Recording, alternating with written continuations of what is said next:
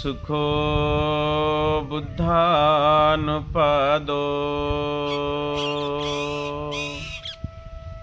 सुखा सद्धम्मदेशना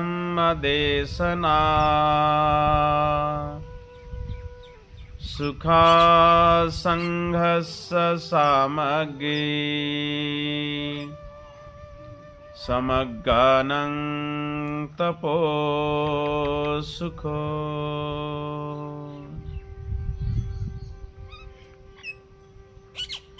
सुखकारक आहे बुद्धाचा जन्म, सुखकारक आहे सद्धम्माचं श्रवण करणे, सुखकारक आहे संघ एकत्रित येणं आणि एकत्रित येऊन तप करणं हे श्रेष्ठ आहे, कठीण आहे। जगाला सुख शांती मानवतेचा दुःखमुक्तीचा संदेश दिला। जीवन हे क्षणभंगूर आहे, मरणधर्मी आहे, असा ज्यांनी या जगाला अनित्यवादाचा सिद्धांत सांगितला, असे जगतवंदनीय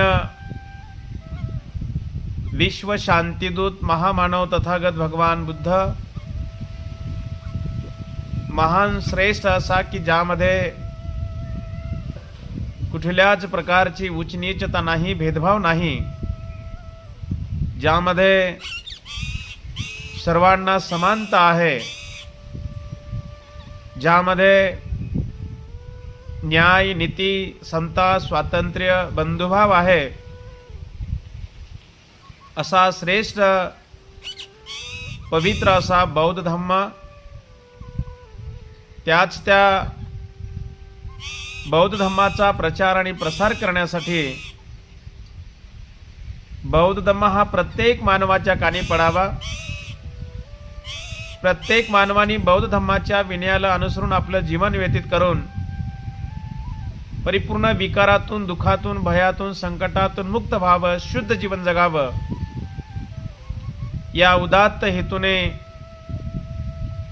भगवंतांनी निर्माण केला असा तो आदरणीय पूजनीय भिक्खू संघ खऱ्या अर्थाने तुम्हा आम्हा सर्वांना ज्यांनी माणूस बनविलं, स्वाभिमानाने जीवन जगण्याचा अधिकार मिळवून दिला, असे भारतीय राज्यघटनेचे शिल्पकार महामानव बोधिसत्व डॉक्टर बाबासाहेब आंबेडकर, सर्व श्रद्धावान बौद्ध उपासक उपासिका माता भगिनी बांधवांनो, बौद्ध धम्मामध्ये वर्षावासाला अत्यंत महत्त्वाचं स्थान आहे। संपूर्ण जगतामध्ये जेवढे काही बौद्ध राष्ट्र आहेत, बौद्ध विहार आहेत, बौद्ध भिक्खू संघ आहे, त्या त्या विहारामध्ये त्या त्या भिक्खूंचा वर्षावास प्रारंभ होत आहे। आषाढ पौर्णिमा ते अश्विन पौर्णिमा या 3 महिन्याच्या कालावधीमध्ये हा एक भगवंताने भिक्खू संघासाठी घालून दिलेला एक नियम आहे। या 3 महिन्याच्या कालावधीमध्ये भिक्खू संघांसाठी जो नियम घालून दिलेला आहे, गुरु शिष्य परंपरा, गुरु शिष्य परंपरा, या परंपरेनुसार आज तागायत भगवंताच्या काळाला जवळजवळ 2,500 वर्षे होऊन गेलेले आहेत। 2,500 वर्षानंतरही गुरु शिष्य परंपरेनुसार आज तागायत बौद्ध भिक्खू संघांचा वर्षावास आजही आपल्याला प्रत्येक विहारामध्ये प्रत्येक बौद्ध भिक्खूंचा वर्षावास आपल्याला पाहावास मिळतो। तर हे वर्षावास नेमका काय आहे, वर्षावासाची पद्धत किंवा नियम भगवंतांनी का घालून दिली? कारण भगवंत म्हणतात की भगवंताचा सिद्धांत आहे की प्रत्येक गोष्टीच्या पाठीमागे कारण आहे, कारणाशिवाय या जगामध्ये काहीच घडत नाही. मग भगवंताने भिक्खूंसाठी जो वर्षावास घालून दिलेला नियम आहे, या नियमाच्या पाठीमागे, वर्षावासाच्या पाठीमागे सुद्धा निश्चित काहीतरी कारण आहे. आणि म्हणून ते कारण आपण नीट समजून घेणं अत्यंत महत्त्वाचं आहे. प्रिय सज्जनांनो, आपण सर्वजण सुज्ञ आहात, जाणकार आहात, बौद्ध धम्माचे अभ्यासक आहात. प्रत्येकांच्या घरामध्ये बौद्ध साहित्य, वेगवेगळे पुस्तकं, बाबासाहेब लिखित असतील, अनेक लेखकांची पुस्तकं असतील, नव्हे तर सम्राट पेपर असेल. या सर्व बौद्ध साहित्यातून आपल्याला निश्चित आपला अभ्यास आहे, आपल्याला माहिती आहे भगवंताच्या आणि सिद्धार्थ गौतमाच्या जीवनामध्ये ज्या काही छोट्या मोठ्या घटना घडल्या त्या विशेष करून पौर्णिमेला घडलेल्या आहेत. प्रत्येक गोष्ट, प्रत्येक घटना विशेष अशा काही ना काहीतरी पौर्णिमेला घडलेल्या आहेत. आणि म्हणून बौद्ध साहित्यामध्ये पौर्णिमेला अत्यंत महत्त्वाचं स्थान आहे. 12 महिन्याच्या 12 पौर्णिमा आहेत आणि 12च्या 12ही पौर्णिमेला सिद्धार्थ गौतम आणि भगवान बुद्ध यांच्या जीवनामध्ये काही ना काही विशेष अशा घटना घडलेल्या आहेत. मे महिन्याची वैशाख पौर्णिमा जर आपण बघितली, या वैशाख पौर्णिमेला महत्त्वपूर्ण 3 घटना घडलेल्या आहेत. हे आपणा सर्वांना ज्ञात आहे, परिचित आहे, माहिती आहे. वैशाख पौर्णिमेला सिद्धार्थ गौतमाचा लुंबिनी वनामध्ये जन्म झाला. त्याच वैशाख पौर्णिमेला सिद्धार्थ गौतमाला बुद्धगया येथील बोधी वृक्षाखाली सम्यक संबोधीचा साक्षात्कार झाला, दुःखमुक्तीचा मार्ग मिळाला.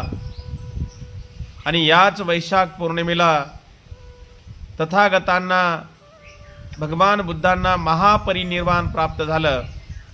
म्हणजे जन्म, ज्ञानप्राप्ती आणि महापरिनिर्वाण अशा 3 घटना वैशाख पौर्णिमेला घडलेल्या आपण बघतोय. एवढंच नव्हे तर 12 महिन्याच्या 12ही पौर्णिमेला विशेष अशा काही घटना घडलेल्या आहेत. आपण प्रत्येक महिन्याच्या, प्रत्येक पौर्णिमेच्या आज या ठिकाणी आपण विश्लेषण करणार नाहीये. आपण सर्वजण सुज्ञ आहात, जाणकार आहात, आपणा सर्वांना माहिती आहे. परंतु आजची जी आषाढ पौर्णिमा आहे, या आषाढ पौर्णिमेला सुद्धा महत्त्वाच्या विशेष अशा काही घटना घडलेल्या आहेत. आणि म्हणून त्यामुळेच या आषाढ पौर्णिमेला बौद्ध साहित्यामध्ये फार मोठं महत्त्वाचं स्थान आहे. आपण बघतोय सिद्धार्थ गौतमाचे वडील शुद्धोधन राजा आणि आई महामाया, कारण भगवान बुद्ध आणि त्यांचा धम्म हा ग्रंथ आपण सर्वांनी वाचलेला आहे, प्रत्येकांच्या घरामध्ये आहे, प्रत्येकाने तो वाचलेला आहे. आणि वर्षावासाच्या काळामध्ये प्रत्येक बुद्ध विहारामध्ये या ग्रंथाचं वाचन केलं जातं. बाबासाहेबांनी स्वतः तो ग्रंथ लिखित केलेला आहे. आपण सुद्धा या ग्रंथाचं सविस्तरपणे विश्लेषण करून आपण वाचन करणार आहोत. बाबासाहेब त्या ग्रंथामध्ये सांगतात, बाबासाहेबांनी त्या ग्रंथामध्ये लिहिलेलं आहे सिद्धोधन राजा आणि महामाया यांचा विवाह होऊन बरेच वर्षे लोटलेली असतात, परंतु त्यांच्या पोटी पुत्रप्राप्ती नसते. आणि म्हणून महामाया त्या काळामध्ये एक उत्सव सण साजरा करण्याची प्रथा होती. आणि तो उत्सव सण महामायेने सतत 7 दिवस अगदी सकाळी लवकर उठून शुद्ध जलाने स्नान करून अगदी त्या दिवशी अनेक लोकांना भोजनदान देऊन, अनेक लोकांना वस्त्रदान देऊन, अर्थात दान पुण्य कर्म करून सतत तो 7 दिवसाचा उत्सव साजरा केला. आणि सिद्धोधन आणि राणी महामाया यांचा एकांतवास घडला. आणि एकांतवास घडून महामाया शांत झोपी गेली असता महामायेला सुंदर असं एक स्वप्न पडलं. आणि महामायेच्या स्वप्नामध्ये एक सुमेध नावाचा बोधिसत्व, बघा महामायेचं स्वप्न आणि आपल्या महिलांचं स्वप्न बघा. आपल्या लोकांना अकराळ विकराळ भयानक स्वप्न पडतात. पाण्यामध्ये वाहूनच चाललं, पुरामध्ये वाहून चालल्यासारखं स्वप्न पडते. एखादं माकड अंगावर उडीच मारल्यासारखा आपल्याला स्वप्न पडते, किंवा अनेक प्रकारचे स्वप्न पडतात. परंतु महामायेचं स्वप्न हे आगळं वेगळं होतं. आणि म्हणून महामायेच्या स्वप्नामध्ये सुमेध नावाचा बोधिसत्व पांढरा शुभ्र हत्तीच्या रूपाने सोंडेमध्ये पांढरं कमळाचं फूल घेऊन महामायेला विनंती करतो की हे माते, माझा शेवटचा जन्म या पृथ्वी तलावर घ्यायचा आहे, तू माझी माता होशील का? महामायेने स्वप्नामध्येच सुमेध नावाच्या बोधिसत्वाला हसत मुखाने सहमती दर्शवून सुमेध नावाच्या बोधिसत्वाने महामायेच्या गर्भाशयामध्ये प्रवेश केला. तो दिवस होता आषाढ पौर्णिमेचा. म्हणून प्रिय सज्जनांनो, ही आषाढ पौर्णिमेचं महत्त्व आपण सर्वांनी नीट समजून घेणं हे अत्यंत महत्त्वाचं आहे. सुमेध नावाच्या बोधिसत्वाचा महामायेच्या गर्भामध्ये प्रवेश तो दिवस होता आजचाच आषाढ पौर्णिमेचा.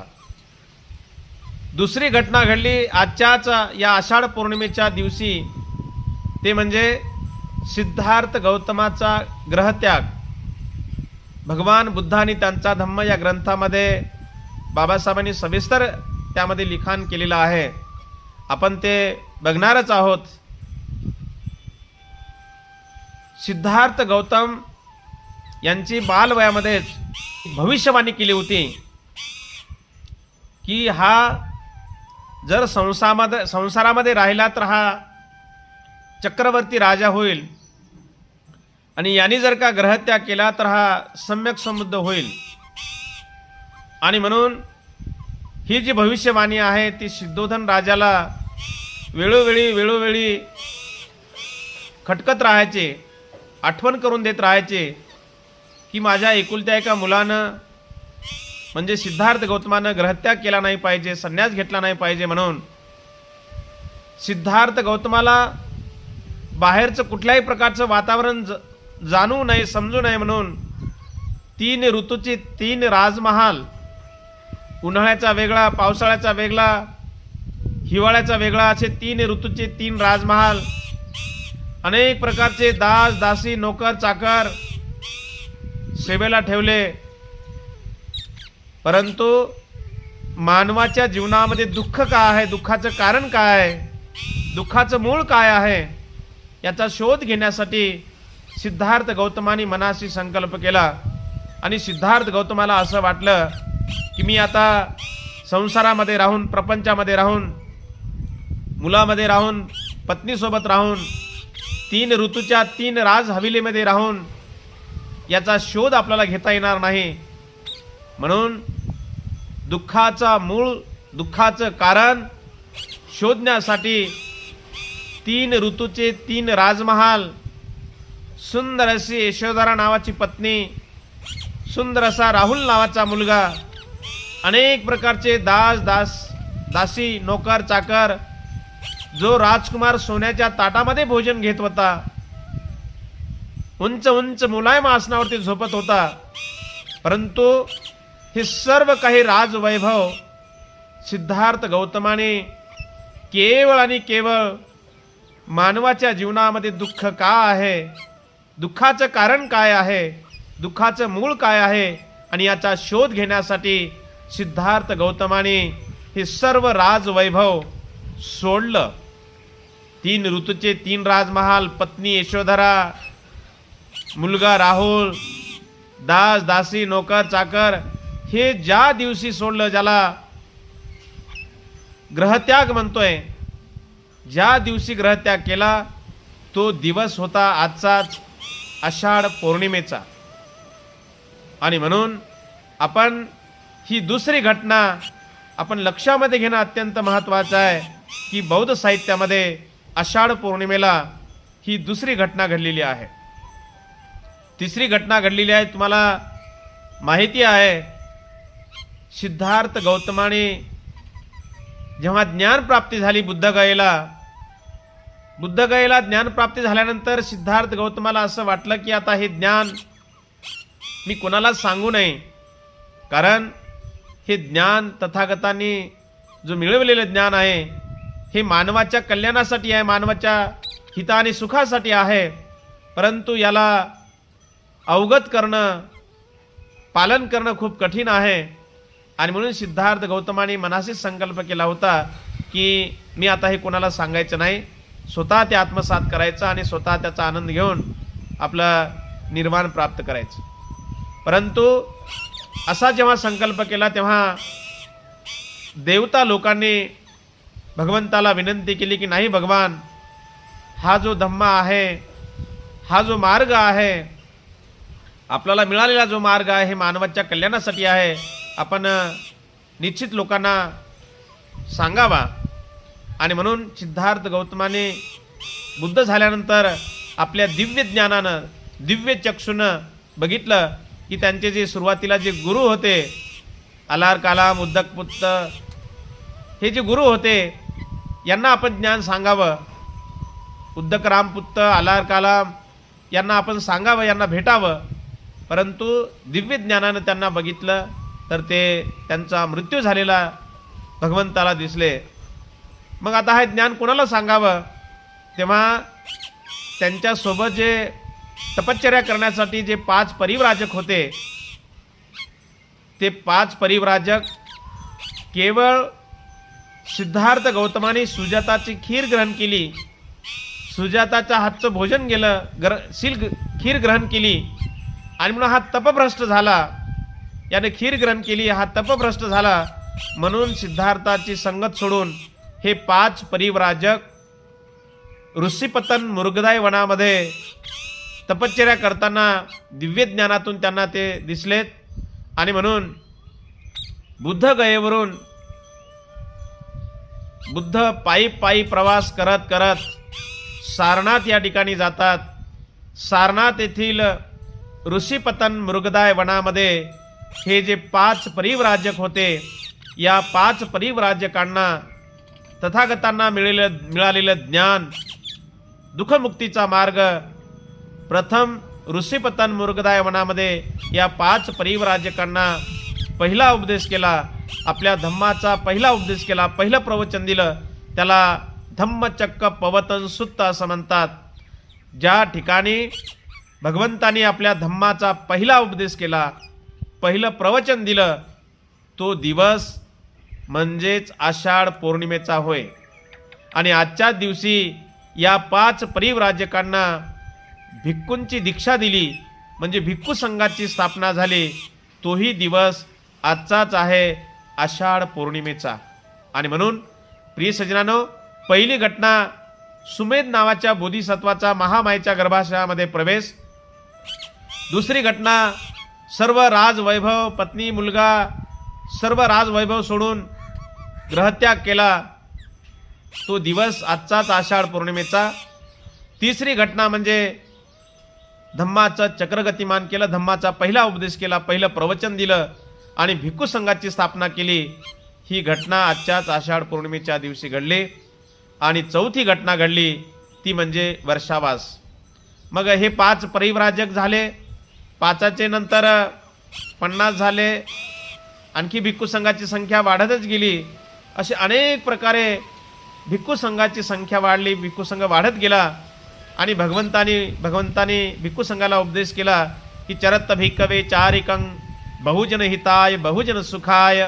बहुजनांच्या हिता आणि सुखासाठी तुम्ही अहोरात्र चारिका करा, भ्रमण करा, गावागावामध्ये प्रचार करा, प्रसाराचं काम करा. आणि हा भगवंताचा उपदेश लक्षामध्ये घेऊन भिक्खू जेव्हा एका ठिकाणाहून दुसऱ्या ठिकाणी, दुसऱ्या ठिकाणाहून तिसऱ्या ठिकाणी, एका गावावरून दुसऱ्या गावाला, दुसऱ्या गावावरून तिसऱ्या गावाला जात असताना पावसाळ्याच्या दिवसामध्ये भिक्खूंच्या पायाखाली जे जनावरं जे आहेत, जे गवत खातात, घास खातात, ते भिक्खूंच्या पायाखाली तुडवल्या जायचं, ते गहाण व्हायचं, नाश व्हायचं. याही तक्रारी बुद्धाकडे गेल्या. बौद्ध भिक्खू संघाच्या पायाखाली पावसाळ्यामध्ये अनेक प्रकारची जीवजंतू, किड्या मुंगे, अनेक प्रकारचे जमिनीवरती भिक्खूंच्या पायाखाली यायचे, ते मृत्युमुखी पडायचे. याही भिक्खूंच्या तक्रारी भगवंताकडे गेल्या. नव्हे तर काही शेतकऱ्यांचे पिकं तोडवल्या जायचे. आज जसे रस्ते आहेत, रोड आहेत, परंतु त्यावेळेला असे रस्ते, रोड नव्हते. आणि म्हणून भिक्खू संघांच्या पायाखाली शेतकऱ्यांचे पिकं तोडवल्या जायचे. मग शेतकऱ्यांच्या ह्याही तक्रारी बुद्धाकडे गेल्या. एका ठिकाणाहून दुसऱ्या ठिकाणी जात असताना आड रस्त्यामध्ये नदी नाले लागायचे. पावसाचे धोधो पावसामुळं पूर यायचा. त्या पुरामध्ये एका ठिकाणाहून दुसऱ्या ठिकाणी जात असताना भिक्खू पाण्यामध्ये काही वाहून जायचे, काही मृत्युमुखी पडायचे. धोधो पाऊस राहायचा, वरून पाऊस चालू, खालून जमीन ओली. भिक्खूंसाठी अंगावरले कपडे ओले व्हायचे.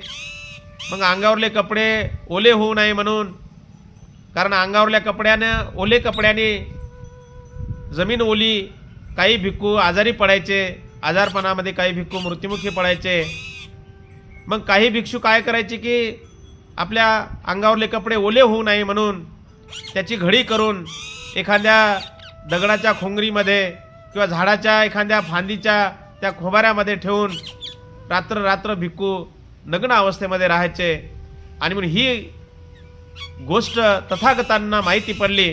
तेव्हा तथागतांनी भिक्खूंसाठी एक नियम घालून दिला की भिक्खूंनो, आषाढ पौर्णिमा ते अश्विन पौर्णिमा 3 महिने भिक्खूंनी कुठेही भ्रमण करायचं नाही. एका ठिकाणी वास्तव्य करायचं, ध्यान मनन चिंतन करायचं.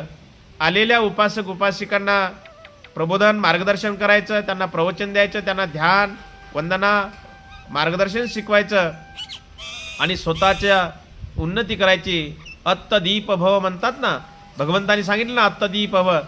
स्वतःचा दीप स्वतः बनण्यासाठी 3 महिने एका ठिकाणी वास्तव्य करायचं आणि बाकीचे 9 महिने चरत्त भिक्खवे चारिकं बहुजन हिताय बहुजन सुखाय. बहुजनांच्या हिता आणि सुखासाठी बाकीचे 9 महिने भिक्खूंनी भ्रमण करायचं, प्रवचन देत राहायचं, गावोगाव फिरायचं, प्रचार करायचा.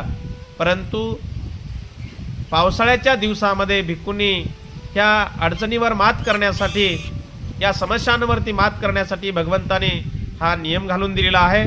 तेव्हापासून ते आजपर्यंत गुरु शिष्य परंपरेनुसार आज वर्षावास प्रारंभ होत आहे. आषाढ पौर्णिमा आहे. आषाढ पौर्णिमेच्या निमित्तानं खऱ्या अर्थानं वर्षावासाला प्रारंभ होत आहे. आणि म्हणून प्रिय सज्जनांनो, या सर्व गोष्टी आपण या महत्त्वाच्या आहेत आषाढ पौर्णिमेच्या दिवशी. म्हणून बौद्ध धर्मामध्ये आषाढ पौर्णिमेला अत्यंत महत्त्वाचं स्थान आहे.